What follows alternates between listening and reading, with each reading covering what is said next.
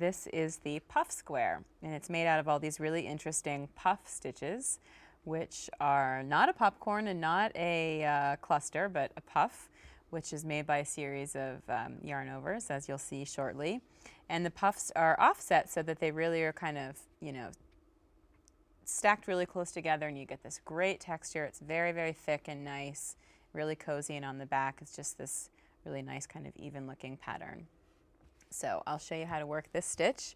It starts with a row of single crochet for a foundation, and then on the next row you work the puffs, and I've here got one row that's already worked, just to show you what one complete row looks like, and then the next row is again all single crochet.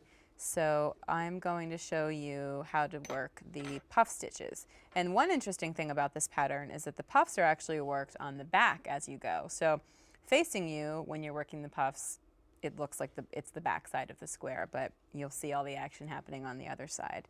So it's time to do a puff, and the way that the puff stitch is made is yarn over, insert the hook into the next stitch and pull up a loop. Then you yarn over again, insert into the same stitch, pull up another loop. You do that 5 times. So yarning over, inserting and pulling up a loop, that's 3, 4. For the last one, yarn over, insert back into the same stitch, pull up a loop. So you've now got a zillion loops on the hook. I think there's actually 11 of them. And to complete the stitch, you yarn over, pull through all of the loops at once. Now, I'm not going to lie, it's a little tricky to wiggle through all of those loops. Sometimes you'll catch on a strand of the yarn, but just take your time and be patient. If you need to pull it out and work the stitch again, not the end of the world.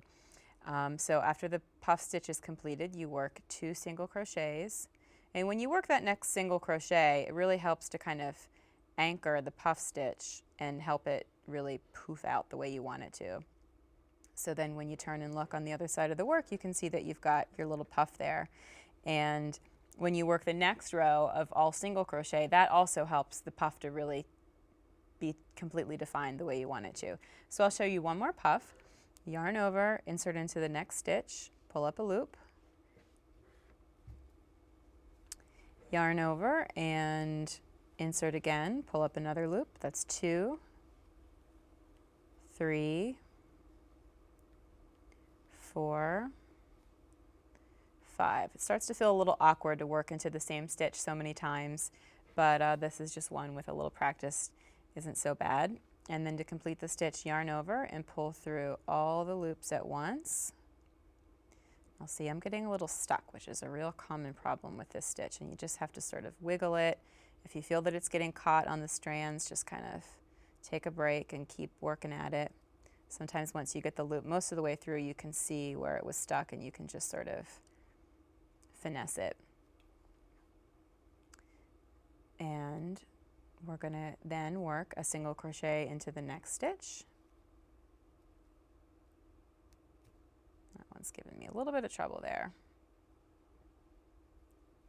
And a single crochet into the next stitch. And again, you can see the puffs really taking place on the other side of the work. And when we work the next row, which is just going to be a single crochet all the way across, they'll really puff out even more.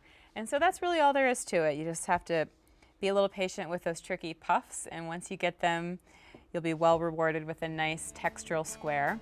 So I hope that you have a lot of fun with this one, and again, check our website for this pattern.